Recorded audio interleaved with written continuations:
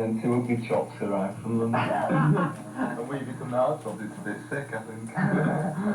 How about your whole album? When you got to write it, did you write the tracks like in any particular order, or was there a long gap between West End Girls and, for example, I Want a Lowe? Well, there's quite a range for them. I mean, the first ones were West End Girls, opportunities for some of the earliest songs on the album, I mean. And the latest one was written just before we started recording the album, which was Tonight is Forever in Suburbia. So I mean, they stretch over about 3 years.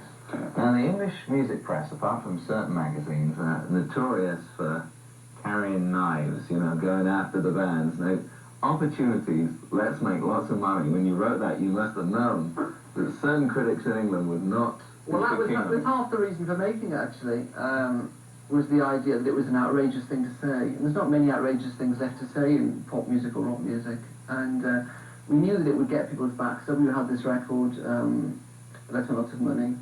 I was an ex-journalist who just had Smash Hits, which is a very, very successful magazine in Britain.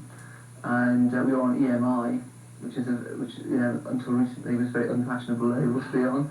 And so we knew that as soon as we released that, the Knives would be out. And really, that was half the reason for doing it, because we wanted to wind up all those music critic types, you know. All right, now, I know there's a second version of Opportunities, but we're going to look at the original version of Opportunities right now. And is it you in the face mask? It is, yes. I had to, they made a mask for me out of rubber.